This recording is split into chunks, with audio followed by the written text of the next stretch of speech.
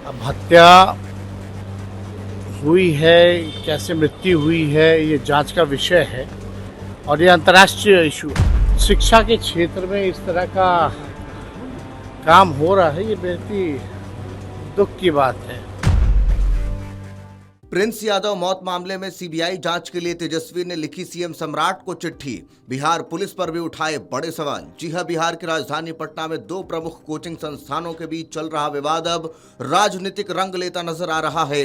ज्ञान बिंदु GS academy के संचालक रोशन आनंद के छोटे भाई प्रिंस यादव की नेपाल में संदिग्ध परिस्थितियों में हुई मौत के बाद इस मामले में नया मोड़ ले लिया है।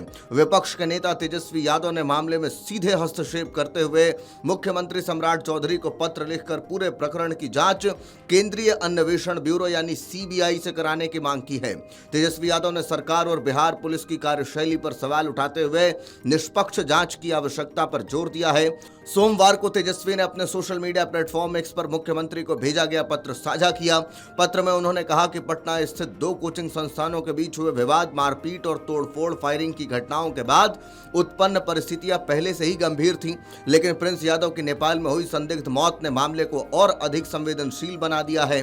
उन्होंने कहा कि इस पूरे घटनाक्रम में सरकार और पुलिस प्रशासन की निष्पक्षता पर गंभीर सवाल उठ रहे हैं, इसलिए जन भावनाओं को ध्यान में रखते हुए मामले की जांच सीबीआई को सौंप दी जानी चाहिए। तेजस्वी यादव ने अपने पत्रों में लिखा कि निष्पक्ष, प्रभावी और गहन जांच के लिए स्वतंत्र एजेंसी की आवश्यकता होती है ताकि घटना की सच्चाई सामने आ सके और दोषियों के खिलाफ कानून के अनुसार कार्रवाई सुनिश्चित की जा सके। उन्होंने कहा कि राज्य सरकार को इस मामले को केवल एक आधिकारिक घटना के रूप में नहीं बल्कि जन विश्वास से जुड़े मुद्दे के रूप में देखना चाहिए।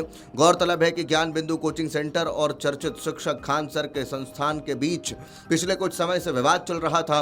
दोनों पक्षों के बीच पोस्टर फाड़ने, छात्रों को लेकर प्रतिस्पर्धा और वर्चस्व की लड़ाई को लेकर तनाव की खबरें सामने आती रही हैं।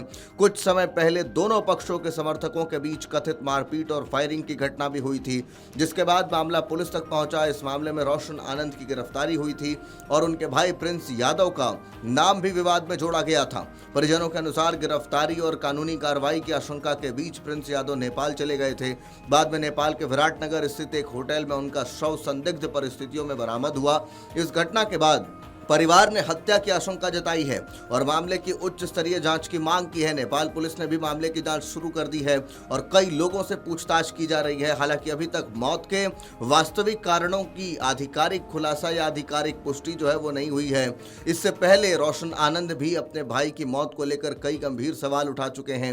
उन्होंने सीबीआई जांच की मांग करते हुए कहा कि पूरे मामले की निष्पक्ष जांच होनी चाहिए और प्रिंस यादव का दोबारा पोस्टमार्टम कराया जाना चाहिए।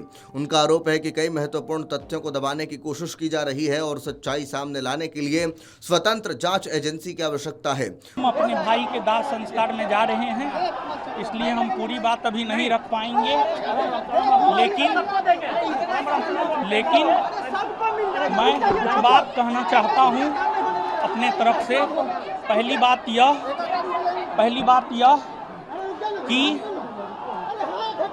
छात्र एवं छात्राओं को विधि व्यवस्था बना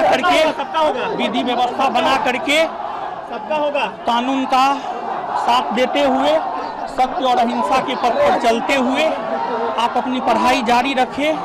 और हमने अपना भाई खोया है, हमें आप जैसे छोटे छोटे भाई के साथ की जरूरत है, आप हमारा साथ दें। और मैं पटना पुलिस से ये पूछना चाहता हूँ, बिना जांच किए हमारी अरेस्टिंग क्यों? फैजल खान को किस नेता का संरक्षण प्राप्त है? किस नेता के दबाव में आकर के हमारी गिरफ्तारी हुई है? किस नेता के दबाव में आकर के हमारी गिरफ्तारी हुई है? और आपको अगर हम देखें तो पटना पुलिस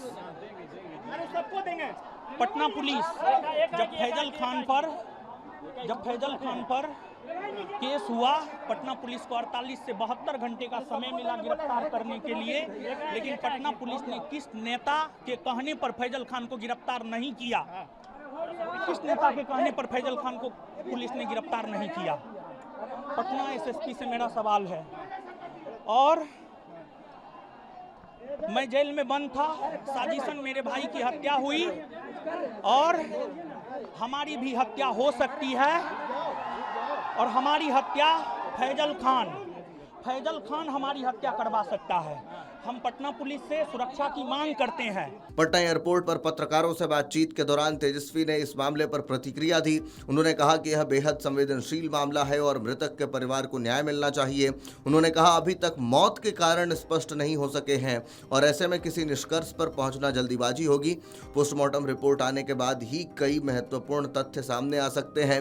उन्होंने बिहार और नेपाल में समन्वय स्थापित कर संयुक्त स्तर पर जांच करने की भी मांग की है।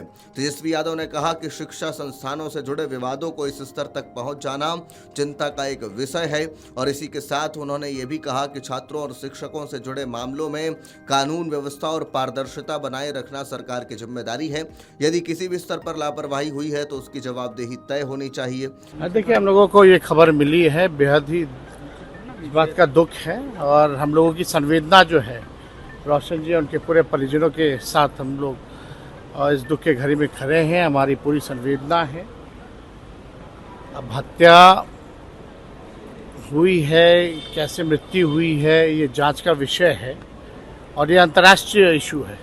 अभी तक शायद पोस्टमार्टम का जो है रिपोर्ट जो है अभी तक आया नहीं है, जहाँ तक हमारी जानकारी के अनुसार। लेकिन जिस प्रकार से अभी शिक्षा के क्षेत्र में इस तरह का काम हो रहा है, ये बेहद ही दुख की बात है। कहीं ना कहीं से जो भी लोग हैं कोचिंग संस्था में, अगर इस तरह की वारदातें होती हैं, गोलियां चलती हैं, हत्या होती है, तो ये बहुत ही दुख का विषय है। और इस विषय पे तो जो राज्य सरकार जो है ये संदिग्ध के घेरे में जो है आता है। एक निष्पक्ष जांच होनी चाहिए। भारत सरकार, बिहार सरकार को मिलकर के नेपाल सरकार के साथ एक गंभीर जांच करनी चाहिए और जो भी दोषी हैं उस पर कार्रवाई होनी चाहिए। मंत्री फिर से बंगले को लेकर के सवाल उठा रहे हैं, कह रहे हैं कुछ मंत्री हैं बिहार सरकार, वो आप जानो भैया, हमको कोई मतलब नहीं इस चीज़ों से। हत्या हो रही है, अपहरण हो रहा है। रिशु वाले मामले में बड़े से बड़े घोटाले हो गए, बड़ी से बड़ी मछलियाँ जो हैं उनको बचाने का काम किया जा रहा है। राज का खजाना खाली है, विपदा आ पड़ी है। बिहार में आप देखिएगा, छात्र जो है, नौजवान जो है सफ़र कर रहे हैं, नौकरियां नहीं निकल रही, ट्रेन समय पे नहीं चल रहा। सबसे ज़्यादा अगर कोई भुगत रहा है तो बिहार के नौजवान भुगत रहे हैं। ये विषय ज़्यादा इम्पोर्टेंट है। जिनको चिंता है हमारी, उनको चिंता करने की कोई ज़रूरत नहीं है। हम लोग देख लेंगे जो भी चीज़ें हैं। बिहार को पहले सत्ता में बैठे लोग जो छल कपट से आए हैं, 10-10 हज़ार रुपये बांट करके आए हैं, खजाना खाली करा दिया गया, उनको कम से कम बिहार को देखना चाहिए। पढ़ाई, दवाई, कमाई, सिंचाई, सुनवाई और कार्रवाई के मामले में फ्लॉप है। केवल फोटो शूट होता है, रील बनाते हैं सरकार के लोग और बड़ी बड़ी बातें फेंकी जाती हैं। दरभंगा में किस प्रकार से जो एक मैनेजर की जो मोटरसाइकिल है यामाहा या कोई किस प्रकार से हत्या कर दी गई। दिन दहाड़े डकैती चल रही है, चोरी हो रही है, किसान तबाह है, सिंचाई से परेशान है।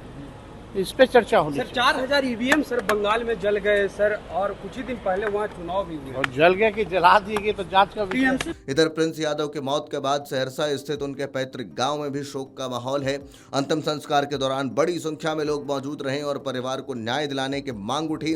स्थानीय लोगों का कहना है कि मामले की सच्चाई सामने आनी चाहिए ताकि किसी भी तरह की अटकलों पर विराम लग सके।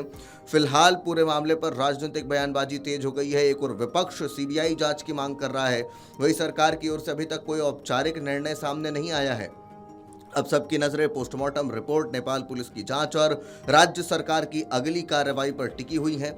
यह देखना महत्वपूर्ण होगा कि क्या सरकार इस मामले की जांच किसी केंद्रीय एजेंसी को सौंपती है या राज्य स्तर पर ही जांच जारी रखी जाएगी। आपके राज्य की खबरें, आपके शहर की खबरें सबसे पहले जानने के लिए देखते रहें अमर उजाला। चैनल को सब्सक्राइब जरूर कर लें और पाएं हर अपडेट।